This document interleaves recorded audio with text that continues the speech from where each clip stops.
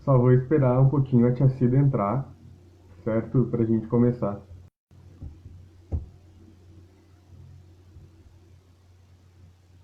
Tá dando pra ouvir bem?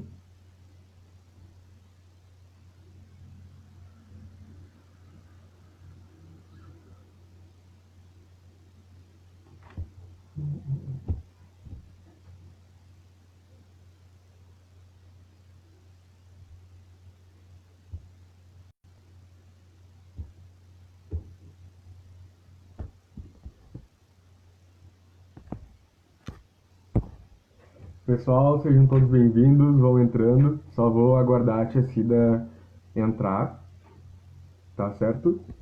Coisa boa ver os outros clubes aqui juntos.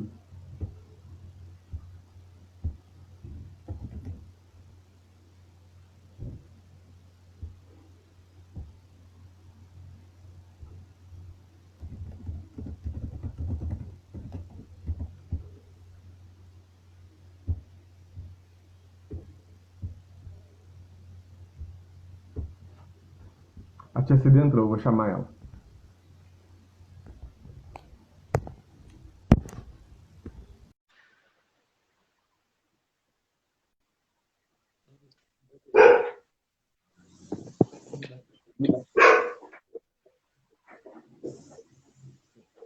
Oi, tia Cida. Tudo Tudo bom? Ui, ui. bem? Eu não tenho meu negócio aqui. Tô ajeitando aqui pra. Não vai ficar Tá aqui, não bom. vai parar. Eu vou me arrumando aqui. Tua voz aí? Uhum. Meu Deus.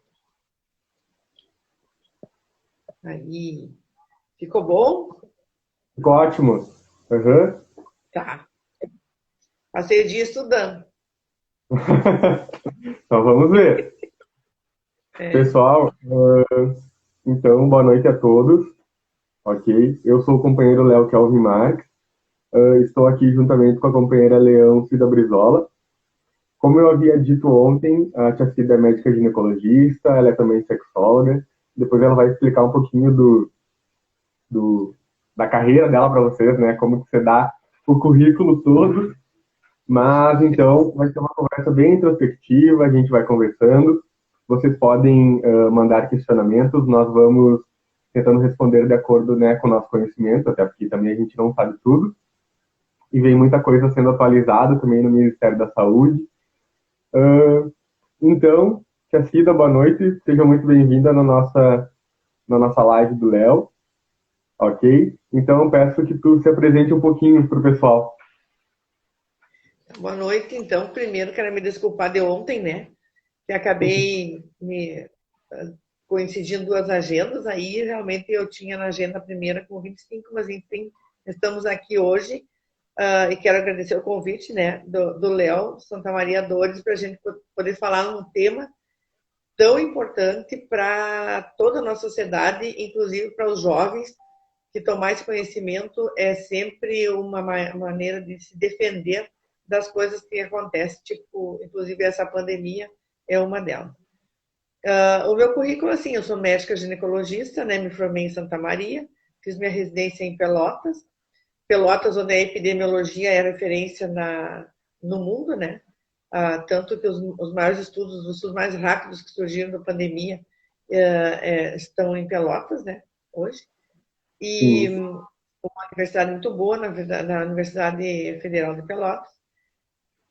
Depois eu fiz o meu curso de sexologia em São Paulo e um outro em Brasília, né, onde me especializei daí como terapeuta sexual, que é uma área também, uma área nova, uma área que deve ter uns 30 anos agora, não chega a 40 anos, Uhum. porque faz parte do bem viver, né, da qualidade de vida, que há uns anos atrás a gente não conversava sobre isso. Hoje nós temos a oportunidade, então é uma área nova dentro da saúde das pessoas. Hoje sou vereadora também, né? Que como vereadora eu revisando o material hoje vi que em políticas públicas tem muito a fazer. Vocês do Léo têm uma atividade que eu admiro muito e parabenizo, porque a, a, a vida que tem o jovem, ele consegue transmitir dentro da linguagem dele mais fácil o conhecimento para as outras pessoas do que nós mais velhos. A gente tem uma certa dificuldade para falar algumas palavras, né? A gíria da idade, então a gente tinha uma gíria que hoje já nos chama de cafona, né? Ah, mas já era do tempo, né? Então tem a maneira fácil, e o Léo faz isso muito bem. A transmissão de conhecimento, né? Transmitir conhecimento numa linguagem adequada àqueles que eles querem atingir, que é a juventude. E então me coloco à disposição de vocês para a gente falar então sobre hepatites virais. Inicialmente tinha também a questão do tumor ósseo, né? E aí eu pedi para ti que pudesse, a gente poderia dividir os assuntos, porque os assuntos são distintos, né? São importantes, porém distintos e amplos cada um. Aí a hepatite viral a gente faz um foco e eu acho que a gente, para focar e atingir o objetivo, nós focando num assunto só, a gente consegue discutir melhor o assunto. Com E certeza. obrigada.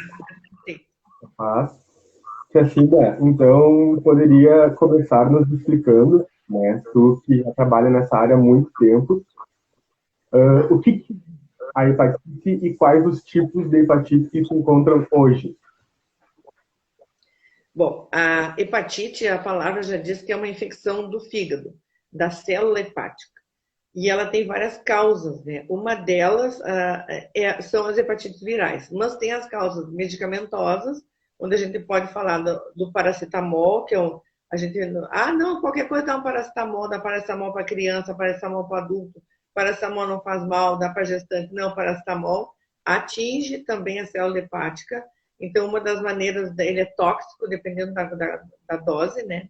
Então, e a alcoólica também, que a hepatite alcoólica, ela vem do alcoolismo, né? E aquele alcoolista que ele tem um desequilíbrio orgânico em função do álcool, ele desencadeia a hepatite alcoólica, que é um quadro gravíssimo e pode ter associado a pancreatite alcoólica e levar ao óbito por conta do álcool. Depois tem outras doenças bacterianas, tem por obstrução da bile, né? Que a bile ela é produzida na vesícula e com cálculos biliar, a obstrução do canal biliar ele faz com que a bile reflua para dentro do fígado e então atinja a célula hepática, causando uma hepatite também. Então, tem várias causas de hepatite que cabe, e o quadro clínico todo é o mesmo. Dependendo daí de alguns senões durante o exame clínico, a gente pode suspeitar deste ou de outra causa, mas todas têm que estar na hora do diagnóstico sendo buscado. As hepatites virais, elas têm que a grande discussão, e não menos importante as outras, por exemplo, a hepatite por conta da obstrução de canais biliares, ele causa ele pode causar junto uma pancreatite e levar ao óbito. Há pouco tempo perdemos uma colega em Santa Maria, provavelmente por uma complicação desse tipo. Então, e partindo então para as hepatites virais, nós temos de A a E, né?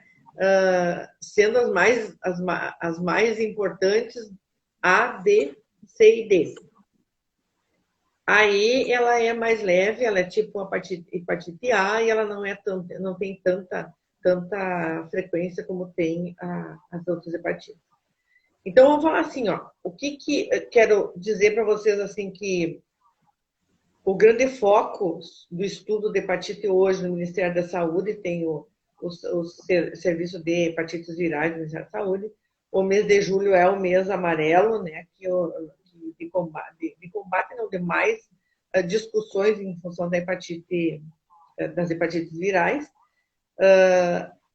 Discute-se junto também outras doenças, como as ISTs, que são as doenças sexualmente transmissíveis, as infecções transmissíveis via sexual. Dá para ouvir bem assim? Está ouvindo bem? Tá.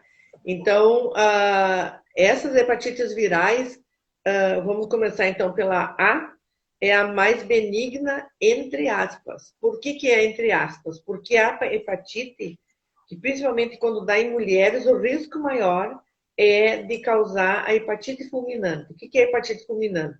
É a destruição de todo o fígado. E o único tratamento é um transplante de urgência. Para você ter uma ideia, transplante de urgência hepática aqui na nossa região sul é em Curitiba. Para quem já viu a hepatite fulminante, como eu vi num plantão, a gente não tem tempo. A hepatite fulminante ela dá um descompasso generalizado no organismo da pessoa, há um desequilíbrio hidroeletrolítico, a pessoa fica consciente e ela fatalmente ela morre consciente. E não dá tempo nem de a gente pensar bem o que está acontecendo. Então, a gente vai fazer o diagnóstico geralmente depois do óbito. Então, a hepatite, então, ela não é, nenhuma hepatite é leve. Todas elas podem complicar. A hepatite A, ela vem de onde? Vem da falta de higiene, da alimentação contaminada, falta de saneamento básico, então falta de políticas públicas que possam dar qualidade de vida às pessoas. Então, e ela é transmitida fecal oral. Por que fecal oral? Porque eu ingiro o alimento contaminado, né, ou a água contaminada, o vírus se replica no fígado e ele é eliminado nas fezes via trajeto biliar, via bile, que desemboca no intestino delgado, e a partir dali ela é eliminada nas fezes, contaminando os ambientes, né, e as águas. Depois tem um trabalho que eu vou citar para vocês também, que é importante vocês lerem, sobre as águas no Brasil, que eles chamam, o título é Virologia Ambiental e Saneamento no Brasil. Muito importante que vocês tenham esse conhecimento para que vocês possam entender o todo das infecções vinculadas à falta de saneamento básico. E o saneamento básico se fala em esgoto, né, canalizado e tratado, e a água potável. Isso é saneamento básico. Acesso a todos. Só que, infelizmente, no Brasil nós não temos. O Nordeste ele peca, tanto que os melhores dados que temos de diagnóstico, de detecção e de tratamento é a região sul. Paraná, Santa Catarina e Rio Grande do Sul. Por quê? Porque nós temos o maior índice de saneamento básico. A Corsã em Santa Maria tem a melhor água, é a terceira melhor água do Brasil, né? E com tudo isso ainda tivemos toxoplasmose. Lembram lá em 2017, 2022? A toxoplasmose, que também causa hepatite. Como que a toxoplasmose chegou em Santa Maria? Inclusive, eu comecei a discutir. Está chegando uma doença que eu não estou conseguindo detectar o que é. Vinha com dor, né? Dor abdominal, simulava uma hepatite. Eu pesquisava hepatite, dava prova hepática alterada, mas não dava vírus. O vírus da hepatite não aparecia. Era toxoplasmose. Então, a gente tem que sempre pensar em hepatite quando a gente tem qualquer coisa de vírus ou de outros agentes que causam doença.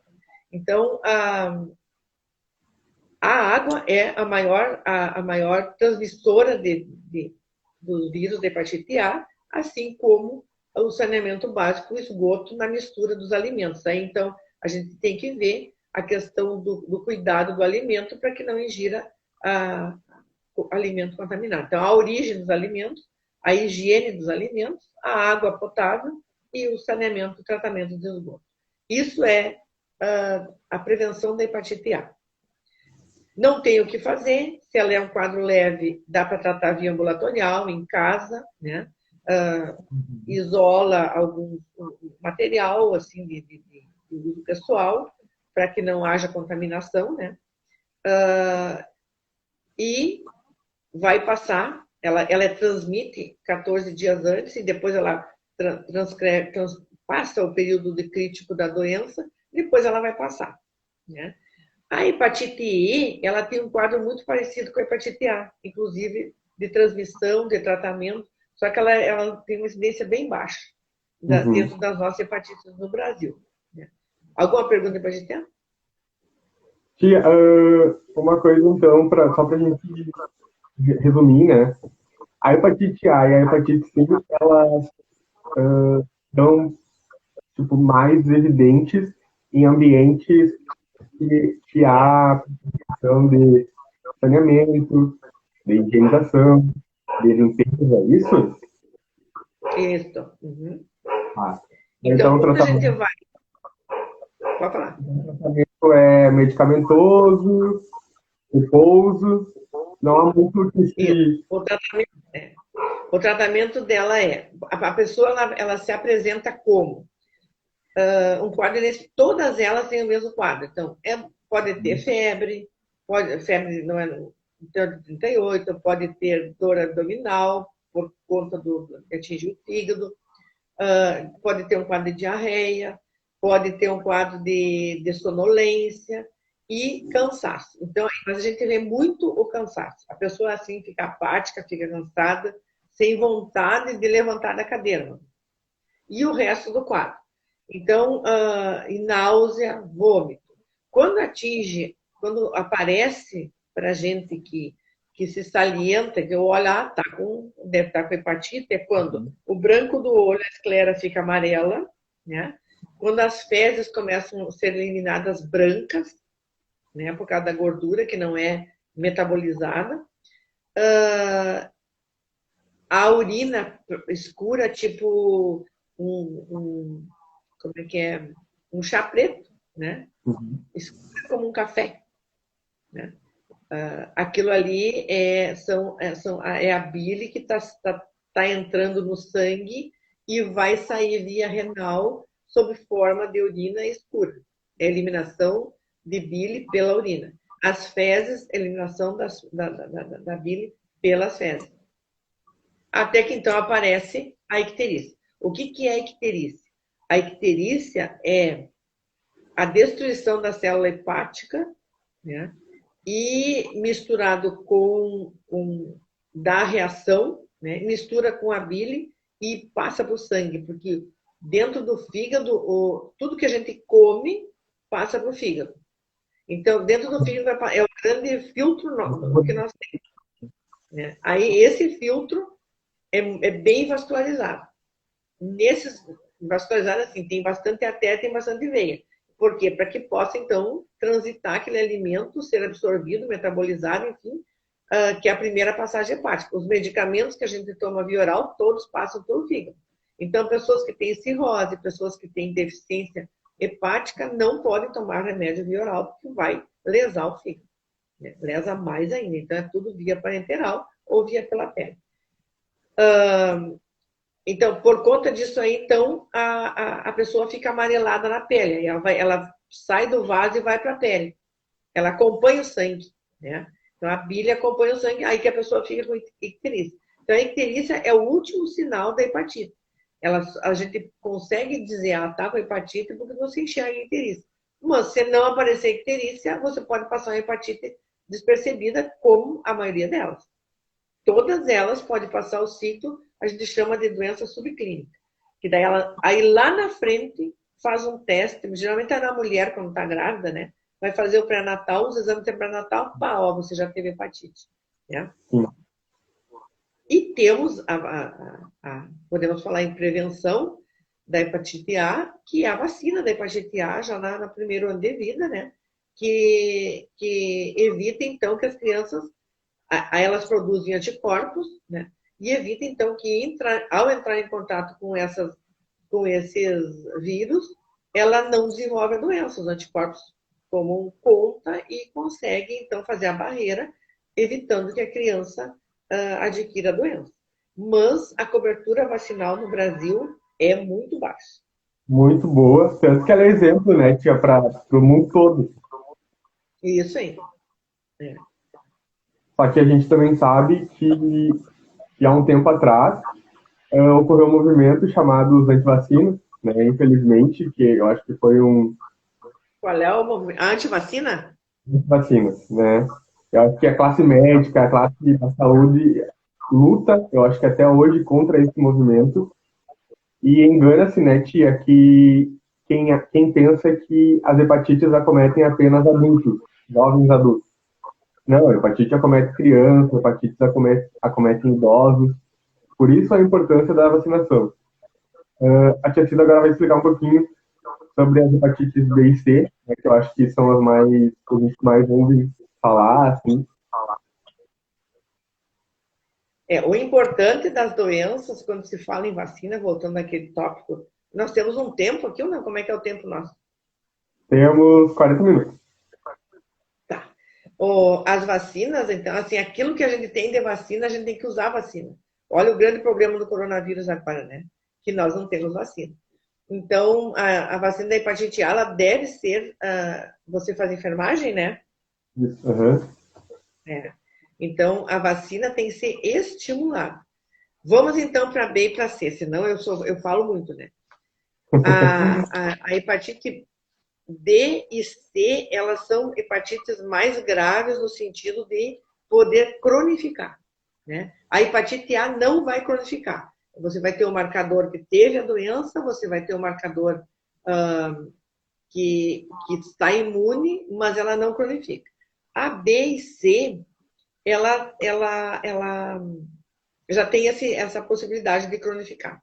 O que acontece? A B o vírus B da hepatite, ele é um vírus que altamente resistente, ele resiste muito mais que o vírus HIV. Se você deixar o vírus ali, ele dura para 3 dias, né? O vírus HIV não passa meia hora, né? O poder de contaminação do vírus é muito grande e uma maior disseminação e contaminação através da relação sexual. Então, ela é uma doença sexualmente transmissível, ela é uma doença que causa câncer, ela pode cronificar e ela atinge muitos adolescentes. E hoje, por conta das vacinas, houve um tempo até 2006, um dos trabalhos que eu estava lendo ali, até 2006, muitas crianças que nasceram até 2006, elas podem hoje ser vítimas podem ter feito a vacina e tal, mas se não for feito um estudo para avaliar se ela teve a vacina ou se ela teve resposta vacinal ou da doença, esses adolescentes de hoje, em torno de 16 a 19 anos, eles podem ter tido a doença transmitida pela mãe por conta da não vacinação dessas mães naquela época. Porque tanto que hoje a vacina da hepatite B é até 49 anos, chega lá no posto e vai fazer a vacina. Por quê? Porque é o período da fase reprodutiva da mulher, dos 10 aos 49 anos.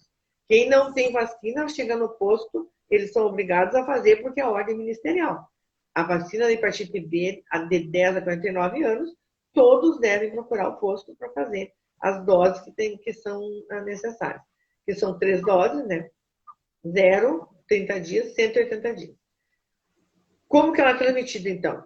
Pelo sangue, pela secreção, pelo esperma e pela secreção vaginal. Então, você pode ter contato sexual não seguro, você acaba pegando hepatite B. E também contato de secreções em tecidos que dê continuidade. O que é continuidade? Por exemplo, uma relação oral. Eu vou falar daí na questão sexual, né? A questão de uma relação oral. A relação oral, se tu tiver uma abertura, uma ferida na boca, a secreção encosta nessa ferida e ela passa o vírus para. E não precisamos muito, porque assim, 1 milímetro cúbico de 1 milímetro cúbico de secreção eu tenho muitos vírus da hepatite B e muito poucos do HIV, por exemplo. Então, o potencial de infeccioso da hepatite B é muito maior que todas as outras hepatites, inclusive do HIV. E de sífilis também. Então, é mais fácil pegar hepatite B do que HIV. Não, vamos dizer que eu disse que não pega. Pega, né? Mas, assim, em termos de potencial de passar o vírus, a virulência que a gente chama, né? Potencial virulento é muito maior. E nós, da saúde, temos que nos cuidar. Nós somos grupo de risco, né, da saúde. Aí entra grupo de risco todos aqueles que têm que podem pegar por contato, por exemplo, a Polícia Federal, que é coisa de acidente, as manicures, as pedicures, né? Então, salões de beleza, que é como é que eu digo assim, uma grande incógnita é o salão de beleza, porque lendo um trabalho feito em São Paulo, eles até sabem que existe, mas eles não têm noção de prevenção. Ou até os que têm noção de prevenção, eles não levam a sério a prevenção, porque eles vão trabalhar com luva, né? E a tatuagem também. A tatuagem transmite a hepatite B, desde que não siga as normas de cuidados da Anvisa, né? Então, tem que estar tudo esterilizado, aquilo que é descartável não se reutiliza. Por exemplo, a ponteirinha, né, da tatuagem tem que ir fora, é por pessoa, é uma para cada pessoa. A lixa de unha também, o alicate tem que passar por esterilização, e não é esterilização na estufa, é esterilização na autoclave. Aí você pode falar mais que eu nisso aí, né? Sim. Então, esse detalhe, quando a mulher vai para um salão de beleza, ela tem que tomar cuidado. Ela pega fungo, hepatite B, hepatite C, HIV, e ali vai. Se é uma coisa que tu não falou, que eu achei bem importante contar, no terceiro semestre da faculdade, nós trabalhamos com os dependentes químicos na questão de seringas, né? Drogas injetáveis, enfim. Fizemos um trabalho muito legal com eles, explicando, né, essa contaminação, tanto do HIV quanto da hepatite, pelas trocas de seringas. Porque eles não têm conhecimento, injetar seringa num e passar para o outro é um elevadíssimo grau de contaminação. Não sei se tu já atendeu o caso tipo. Já, o uso compartilhado de seringas, né? Que seria a transmissão pelo sangue, né? E tem a transmissão vertical também, que é da mãe. Então, a transmissão pelo sangue, ela entra ou na transfusão de sangue, ou no uso compartilhado de seringas, que pode ser um uso, há uns anos atrás a gente fervia. Eu sou do tempo da última turma que viu ferver as seringas, né, para depois esterilizar e passar, porque não podia ir para estudo, que não quebra o vidro. Aquilo é histórico. E daí, quando veio a agulhinha descartável, foi uma festa. Então, eu, na primeira turma que passou no Caridade ali, que veio a tal da agulha descartável, que coisa bem boa era aquilo. Então, a transmissão, então, por isso, né? O das drogas, né? O uso de substâncias, substâncias psicoativas, né? Eles têm, os kits têm a redução de danos do Ministério da Saúde, que trabalha aqui na Casa do 3 de Maio. O grupo de redução de danos, eles tinham os kits que eles distribuem. Então, eles põem no carnaval, distribuem para as pessoas, camisinha é doada, a gente até tem seringas, a gente dá seringas assim, dá para diabético, tá? Também para eles, né? Porque isso tudo faz parte da redução de danos. Que danos? As transmissões de doença por uso compartilhado de seringas. Não só o uso compartilhado de seringas, mas, por exemplo, assim, ó, se você pega o canudinho, vai aspirar a cocaína, né? Cada droga tem um jeito de uso. A cocaína é aspirada, então você vai aspirar a cocaína. Aí aquele canudinho que tu aspirou o teu, botou no teu nariz e empresta para o amigo, pro colega do lado, é a mesma coisa que a seringa compartilhada. Porque vai ter secreção nasal, se tem sangue naquela secreção, e geralmente agride, então aí tu tem a mucosa muito mais sensível, qualquer toque agride a mucosa, sangra, e já transmite o teu sangue para o outro que está do lado, para usar o mesmo canudinho. Então, o uso compartilhado de qualquer instrumento no grupo de usuários de substâncias psicoativas, eles levam. E depois a gente diz assim, depois da primeira, o ideal seria o uso sozinho, entendeu? Que é usar o uso sozinho. Porque o uso em grupo, depois da primeira dose, já perde a noção e já não consegue fazer o cuidado para não. É. É um discurso que a gente tem que aprender a fazer, né? Às vezes é difícil você fazer esse discurso, mas é o discurso da redução de danos, é esse aí. Exatamente. Tia, Senão eles ficam mesmo falando. sim. Fale um pouquinho para nós sobre os testes rápidos, a sorologia, o teste rápido do sangue. Aí eu vou falando, vou falar nos dois da hepatite C junto, para Uhum. ganhar tempo, né? Como é que eu faço o diagnóstico, então? O diagnóstico das hepatites é por exame de. Hoje temos o teste rápido, né? São os testes rápidos, mas ele tem todo teste rápido que você fizer, ele tem que ser comprovado depois com o exame de sangue. Então, o teste rápido para hepatite A, B, C, sífilis, né? Nós temos todos. Nos hospitais tem, né? Tem na internação lá da maternidade, nas maternidades, por conta do cuidado do recém-nascido. E tem depois todo o teste rápido positivo, ele deve ser confirmado. E se, por exemplo, tu tiver um quadro clínico, que praticamente tu está fechando o diagnóstico só no quadro clínico, já perde o teste de sangue, mesmo que o teste rápido seja negativo. Tu tem que ser confirmado pelo teste de sangue.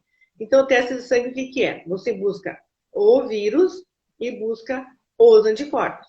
Então, o vírus, eu pesquiso o HCV, que é o vírus da hepatite C, o HBV, que é o vírus da hepatite B, e o HAV, que é o do vírus da hepatite A.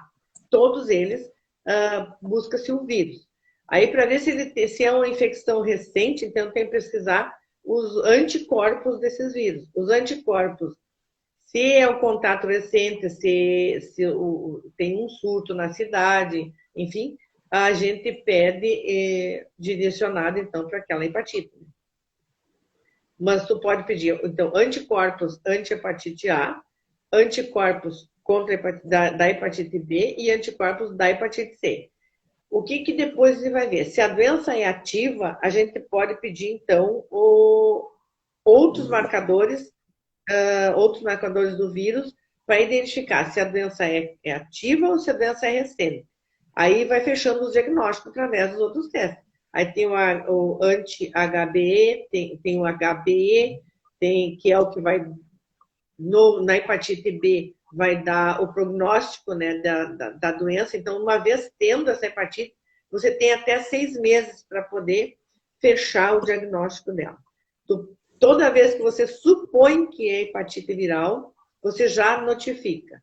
Depois você vai comprovar a notificação. Então, tem 1.000 notificados, mas tem 600 só comprovados. Esse é um dado que o Ministério da Saúde precisa, né? A hepatite C é a mesma coisa. Então, tem o diagnóstico da hepatite C, eu vou fazer pelo quadro clínico, pela suspeita, pela busca do vírus da hepatite C, que é o HCV, pela presença dele, né? E também pelos anticorpos, aí eu vou ver anticorpos. Aí lembra, assim, lá quando você estudou IgG e IgM, né? O IgM é a doença ativa e o IgG é a doença já com marcador antigo. Então, é o marcador tumoral antigo, já teve a doença. Então, muito, muito fácil de ver aqui no toxoplasmose, né? E nas grávidas a gente focou nisso aí. E a hepatite é a mesma coisa. O que eu vejo na hepatite B é a questão da transmissão para o recém-nascido, para o feto. Então, tem a transmissão vertical da hepatite B.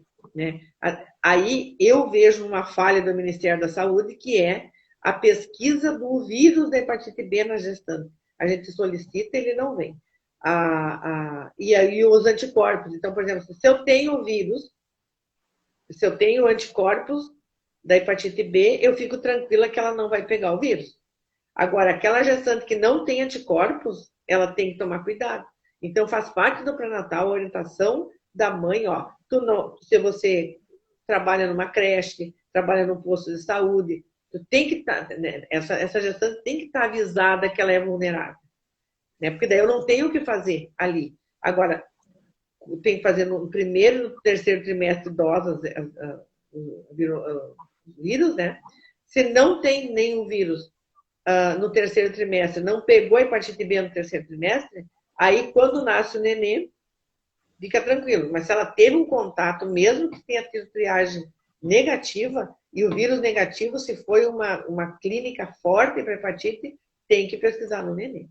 Mas a hepatite C não passa para o bebê da mesma forma que passa a B. Então, a B é a hepatite que mais nos atinge. Por exemplo, a área da saúde, nós profissionais, a gestante para o bebê, aí os usuários de drogas, os que já têm doenças coadjuvantes, que são aquelas doenças, o HIV, outras infecções sífilis, HIV, outras doenças, o câncer, né?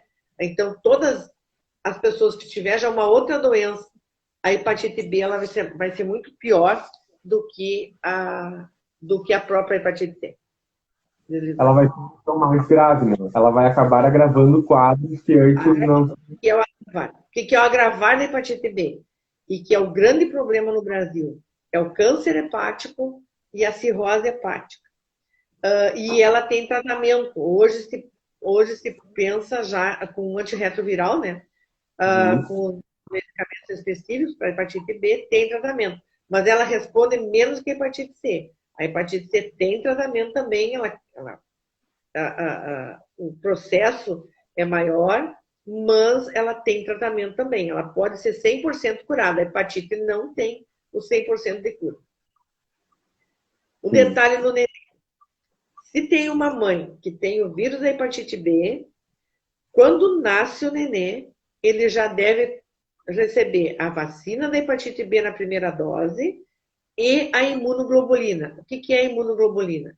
São os anticorpos prontos. Porque daí, se o nenê começar a circular o vírus no nenê, ele já vai receber os anticorpos e os anticorpos já vão tratar de evitar a doença no bebê. Porque ele nasce sem a doença. Ele vai desenvolver a doença depois. Então, para ver, então nós temos que estar ligados na questão do pré-natal, que é muito falho a questão da hepatite B. A hepatite C passa bem menos para o nenê e não tem o que fazer porque ela não tem tratamento, né? O tratamento da hepatite C é para a mãe. Né? Eles estão testando a possibilidade de usar um antirretroviral ou um medicamento na hepatite B para grávida. Estão testando ainda, começando o estudo da possibilidade. E o hepatite C não tem que fazer. Tá, agora que tu falou um pouquinho de tratamento, então, o tratamento da A e da E são higienizações, né? Saneamentos básicos. O tratamento da D, então, ele é um antirretroviral, né? Medicamentoso. E o tratamento da C não tem. Não.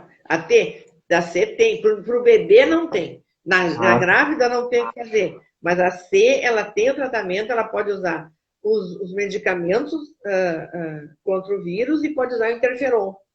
O interferon, eu me lembro que eu cheguei a trabalhar na hepatite, montar o serviço, iniciei o serviço de hepatite viral na Casa 3 de Maio, e eu que comecei, porque não tinha um gasto para fazer o serviço, eu tive que catar um gasto na cidade para poder eu montar o serviço, né? Mas eu tive que, então, começar a atender. Aí deu o interferon.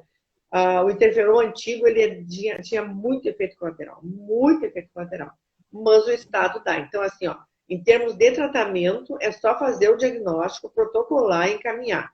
Aí abre um processo administrativo e ele ganha o interferon. Então, tem aqui em Santa Maria, era na época ali no banco de sangue mesmo, tinha um setor que distribuía a medicação. Então, existe o tratamento, a hepatite C, ela pegando no início, ela é passível de cura, né? Claro que depois tem que ficar falando, como dizem os médicos, né? Os vírus a gente nunca diz que curou, né? Porque de repente fica um escondido em algum lugar e ele reativa a doença. Que isso acontece muito com a hepatite B. A hepatite C não. A hepatite C tem um potencial de cura bem maior, transmite quase nada por feto, mas ela é uma hepatite, se não tratada, ela é progressiva, lenta, silenciosa e vai acabar no câncer hepático ou na cirrose hepática grave. A hepatite B, ela causa também o câncer, mas ela não é tão agressiva quanto a C em nível de câncer hepatocelular. Então, assim, o que é hepatite? Pode perguntar. O que é hepatite viral? Hepatite viral é saneamento básico, né, para as hepatites A e E, cuidados na alimentação, ela transmite facilmente fecal oral, então ela vai contaminar o nosso solo, contaminar nossas águas, ela contamina. A hepatite B é uma hepatite, é a mais agressiva de todas no sentido de cronificação, né? E temos que cuidar, então, os jovens que hoje têm 15, 14, 15 a 20 anos, que possam buscar ou conversar com seus pais a possibilidade, se a mãe teve uma investigação de hepatite, se teve algum quadro semelhante, para que ela possa fazer os testes. Por mais que tenha feito a hepatite, a vacina diminui os anticorpos. E essa é uma chamada que vocês devem fazer para os jovens, que como diminui os anticorpos, é bom assim, ó, quem tem plano de saúde e quem não tem plano de saúde, tem os médicos de saúde básica, para a gente poder dosar nos jovens o nível de anticorpos. Porque ele vai baixando à medida que você vai, então assim, ó, nós que temos uma higienização boa da casa, a água é potável, os alimentos são bem cuidados, nós entramos pouco em contato com o vírus. Então, os nossos anticorpos não têm chance de se ativar, né? Aí, então, nós precisamos fazer a dosagem desses anticorpos para que a gente possa ver se não precisa fazer, então, uma dose de reforço agora na adolescência e aí, então, reativar esses vírus para melhorar a defesa.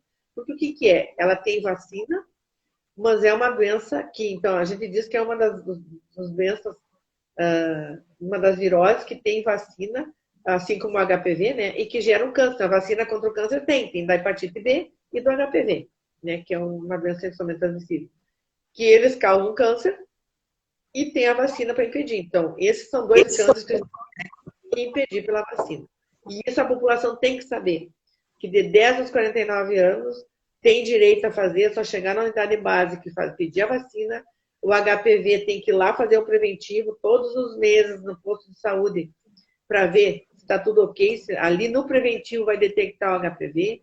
E, então, são duas doenças que causam câncer e que são totalmente preveníveis. E que são tratáveis, né? Totalmente. Né?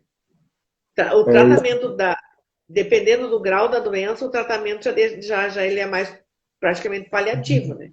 Mas, por exemplo, num câncer hepático, numa cirrose hepática, eles, inclusive assim, ó, a pessoa que tem câncer hepático e tem uma cirrose hepática, se ele entrar em contato com o vírus da hepatite B, da hepatite, ele vai agudizar aquela hepatite nele, entendeu? Ele piora toda a situação.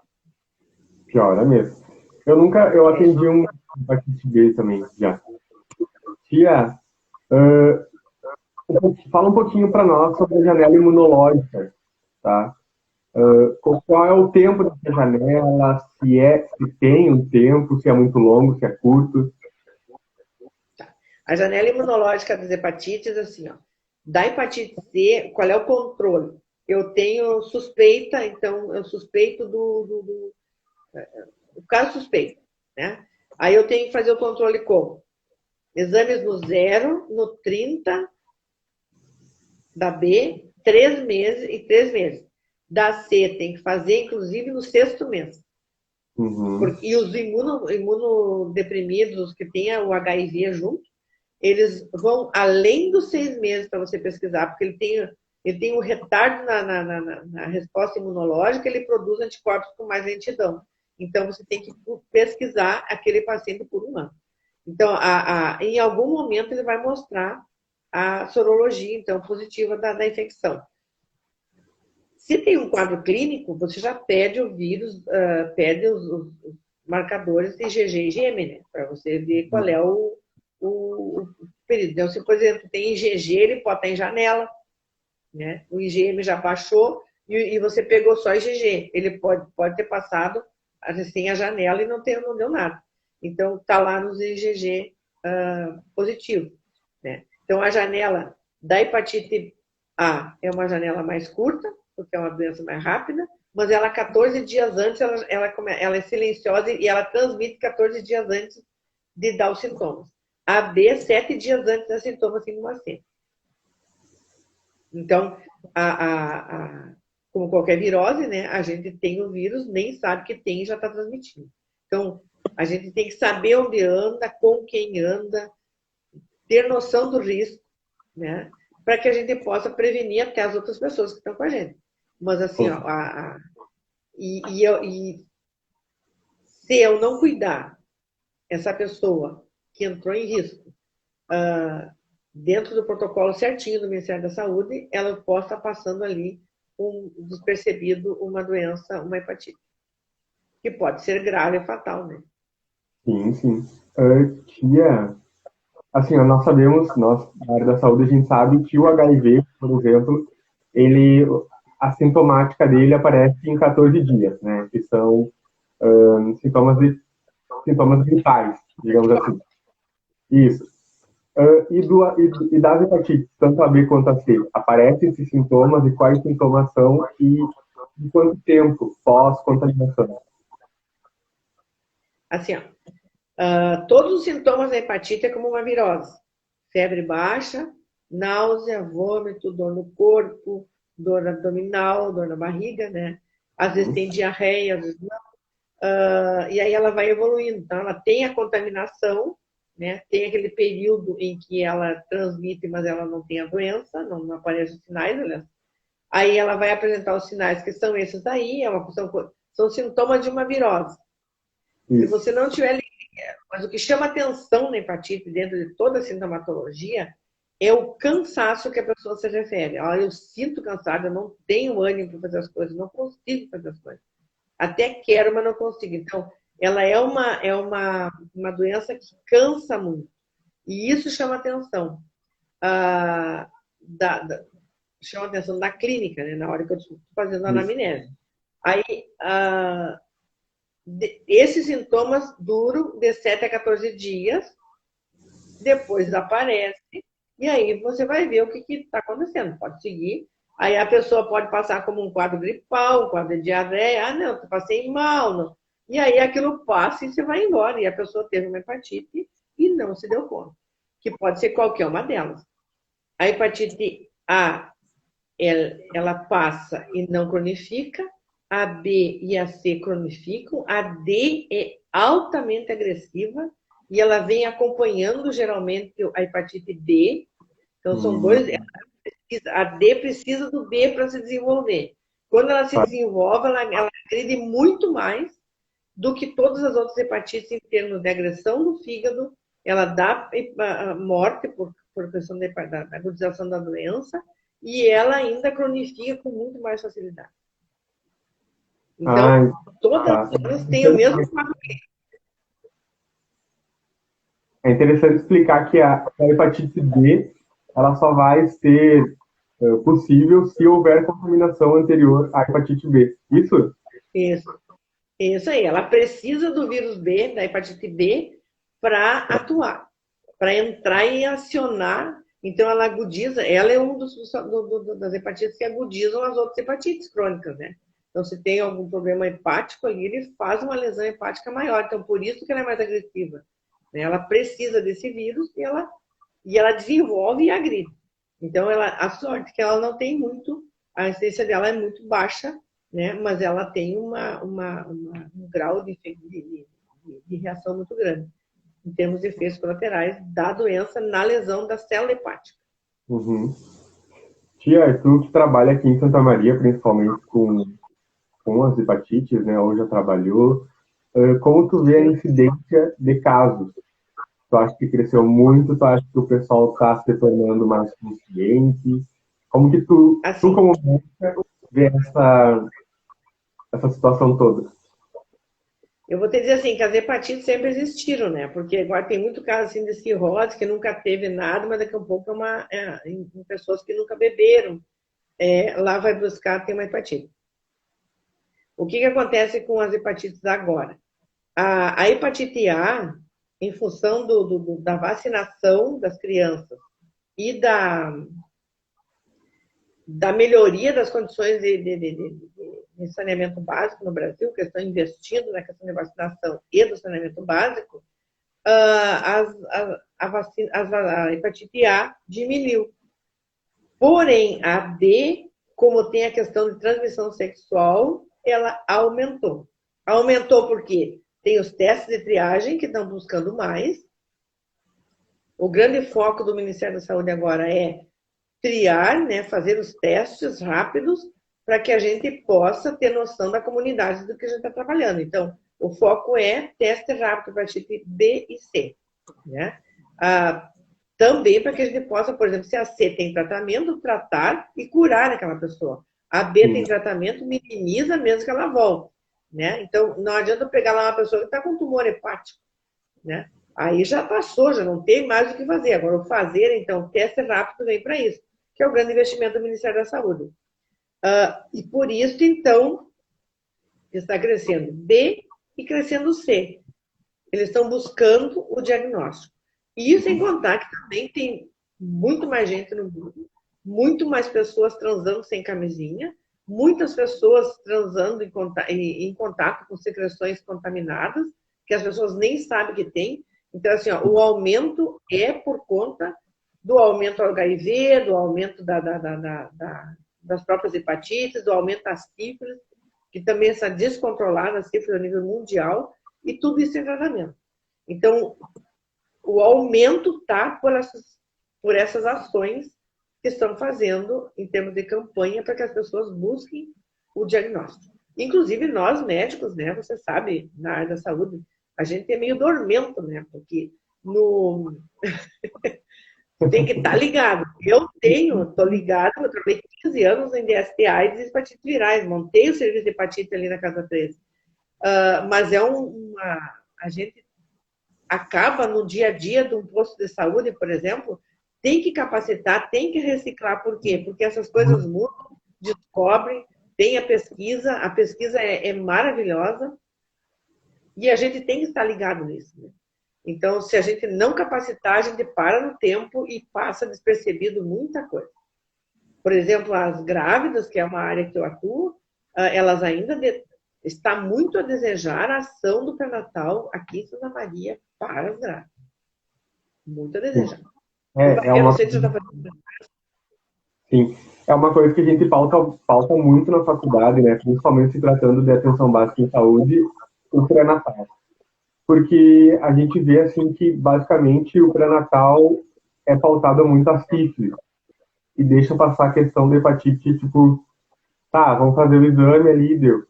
Mas a sífilis é muito mais pautada no pré-natal do que as hepatites, por exemplo. Sim, eu acho que... Não, aí eu digo assim, uma coisa são as diretrizes. Infelizmente, o Ministério da Saúde, ele trabalha aquém 5 anos. Ele está sempre atrasado pelo menos 5 anos.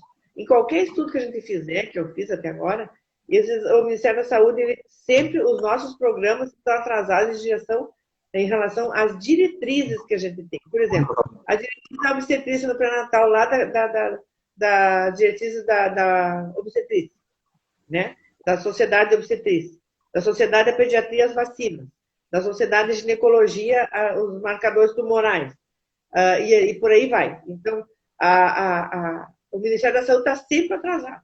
E as diretrizes, então, eu aplico, por exemplo, dentro do meu pré-natal do posto de saúde, eu aplico o que me manda as diretrizes. Se tem o exame disponível, eu vou usar o exame para aquelas grávidas. Mas isso aí o que é? É um trabalho que a gente tem de interno, né? Interno. E que traz responsabilidade civil em cima daquilo que a gente está fazendo. Não que os outros não tenham, não. O que eu tive foi a oportunidade de trabalhar no centro na Casa 3 de Maio, no programa de HIV, hepatite C e sífilis e DST. Então, isso me abriu muito. E essa área que eu trabalho, sexologia, me facilita essa conversa, mais fácil, inclusive, de pedir para fazer exame. Vamos fazer HIV? Vamos! Em qualquer mulher. Mas eu penso, vamos fazer, quem sabe vamos fazer? Vamos, já que vamos fazer, vamos. E vamos, e fazem. Daqui a um pouco tu pega lá uma sífilis, pega uma hepatite. Coisa que a gente nem imaginava que a pessoa poderia ter, né? O pessoal lembra que todos os testes rápidos, tanto para hepatites quanto para sífilis, HIV, todos têm na ESS, que é a Estratégia de Saúde da Família, e nas UBS, tá? A Casa 13 de Maio, que a tia Cida fala, é um local de referência aqui para Santa Maria em questões de ISTs, né, tia? Tu trabalhou lá há muito tempo, pode falar um pouquinho para nós. 4 minutos. Eu trabalhei quando era lá, 13 de maio mesmo, aí por isso que o nome é Casa 13 de Maio. Aí eu fiquei 15 anos trabalhando lá, porque eu era funcionário do Estado, né? E aí no Estado a gente saiu do município, do Estado e cedido para o município, eu como gineco fui para lá, daí uma parte do minha carga horária. Porque o meu trabalho no Estado era fazer capacitação em escolas, a gente dava curso para professores, para alunos, para pais, sobre DST, AIDS, HIV, então a gente fazia oficinas, um trabalho maravilhoso que também tiraram e deixaram a desejar no ensino. Falta gente, né? Falta gente, né, cara? Aí fui para lá num terceiro turno, que era a tardinha, eu atendia, a minha posição lá foi porque, olha só, tinha as gestantes que os médicos pediam os testes de HIV e não tinham coragem de dar o resultado. Era assim. Isso faz uns 25 anos, mais ou menos. E aí montamos aí o serviço da Universidade Federal de Santa Maria, em reunião, achamos por bem, então, dar a referência para essas gestantes para apoio aos médicos. Para você ver como é difícil a gente implantar um serviço, né? Falar sobre o HIV foi muito difícil de a gente falar. Até hoje é muito difícil. Mas agora está muito fácil. Está mais fácil. E aí, então, eu comecei ali. E como eu ginecologista, comecei a atender as mulheres. Aí começou a aparecer, e também as mulheres que faziam um trabalho mais profissionais do sexo ali da Avenida Rio Branco. Aí, esse horário da tardinha que eu fazia, era um horário que elas tinham disponível para elas, antes de sair para o trabalho, elas passavam ali, faziam os exames e tal, e aí depois, então, elas iam trabalhar. Porque de manhã cedo elas estão dormindo, descansando, porque o trabalho é noturno. Aí, então, o horário foi assim, ideal. Então, ali eu peguei, fazia toda a prevenção daquelas mulheres, fazia o controle das gestantes soropositivas, até encaminhar lá para o hospital universitário, e as DSTs, e comecei a atender homem, porque daí o meu companheiro que fazia a parte masculina, que era o Dr. Fernando, se aposentou, eu abracei então a parte masculina também. E um apoio muito grande na questão dos LGBT, né? Então, eu atendia todo esse público ali na Casa 3 de Maio. Ali eu fazia biópsia, dava tratamento, fazia chover ali dentro. Não sei como é que tá agora. E a experiência que eu a Casa 13 é muito linda, maravilhosa. Gostei muito, é um trabalho muito maravilhoso. Porque daí você... Tá acabando, infelizmente. Só poder dizer assim, quero agradecer, então, e você como enfermeiro, ter essa ousadia de fazer hoje uma live sobre hepatites virais, poder atingir um público jovem do Léo, né? E eu quero só dizer para vocês assim, ó, vocês são os responsáveis por transmitir para essa gurizada da possibilidade de fazer os exames para quem sabe a necessidade de fazer uma segunda dose, um reforço da hepatite B, né? Que nós temos agora na adolescência para proteger daqui para frente. Né? Então, o meu objetivo e a minha felicidade é poder falar para vocês jovens um assunto tão maravilhoso, tão importante, tão perigoso e que as pessoas não estão conscientes de que isso